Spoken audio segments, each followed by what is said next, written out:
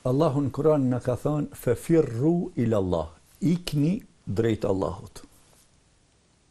Ikni drejt Allahut. Jo ikni prej Allahut, nga Allahu, ikni drejt. S'kemi ku ikim, na vetëm drejt Allahut. Allahu Gjelle Gjelalu, çka në ka caktu, ato kemi me shiju. Në Kur'ani Kerim ka urdhëruar të thonë وَلَنَبْلُوَنَّكُمْ بِشَيْءٍ مِنَ الْخَوْفِ وَالْجُوعِ وَنَقْصٍ مِنَ الْأَمْوَالِ وَالْأَنْفُسِ وَالثَّمَرَاتِ. Juve do t'ju fusim në sprova. Apo mendoj njerëz të ajeti tjetër thot, apo mendoj njerëz të veç kanë më thonë la ilaha illallah Muhammedur Rasulullah pa u sprovu fare? Jo, jenë sprovu para neve, e na sprovojmë edhe pas neve. Dobësia e besimit në Allah, dobësia e bindjes në Allah, humbja e bindjes që nuk ekziston ahiret, nuk ekziston xhennet, nuk ekziston jetë e amshushme, nuk ekziston botë tjetër, i smuntin mentalisht vjen deri te ky vendim.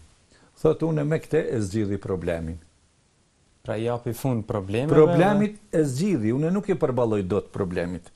Ose të tjere kështu më radh, ka njerëz që janë 30 vjet smund, 40 vjet, 40 vjet smund, e kështu më radh.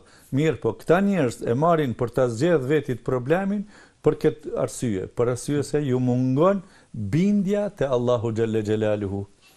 Po ai të mendon pak se ka më uringjall, ka më dal para madhnisë Allahut.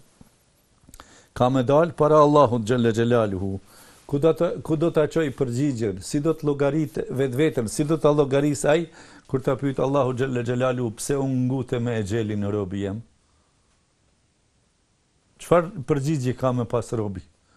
Mirë, po kur e humbaj besimin që s'ka ahiret, sikur numri i madh i popullatës tonë, numri i konsiderueshëm është ata të cilët ushqehen me ateizëm gjatë tërë kësaj periudhe, thënë, pse kush u gjallëru për më na tregu neve.